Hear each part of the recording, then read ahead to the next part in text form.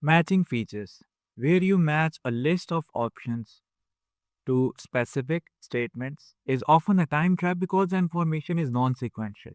If you read a statement and then hunt through the entire text to find it, you will lose precious minutes. We are going to flip that approach to save time and increase accuracy. Instead of starting with the questions first, start with the text. Work through the passage section by section. Go to section like here, section B, read it thoroughly to understand the core meaning. Once you have the gist of section B, immediately look at your list of statements, first, second, third, or etc., and see which one, if any, aligns with what you just read. This keeps your focus contained to one area of the text at a time. Like here, we can read, if we go on like this, we will reach a point of no return. So here, this statement matches with the fifth one. There is a risk we will not be able to undo the damage that occurs in space. Remember, the answers are scattered.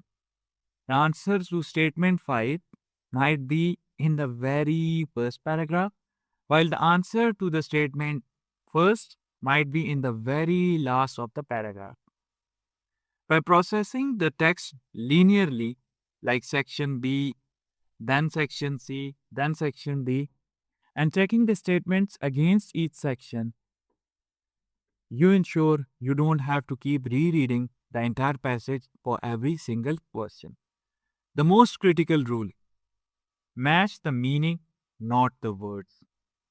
Examiners use synonyms and paraphrasing to distract you. If a statement mentions financial gain, let's suppose, and the text says increased profits, that is your match. If you only look for the exact word financial, you will likely fall for a distractor and a word placed there specifically to mislead those who aren't reading for context. Cross off the options as you go, and if an option can be used more than once, like here it is written, you may use any letter more than once. If not, use a process of elimination to narrow down your choices for the final, more difficult fractures. Thank you so much for watching this video.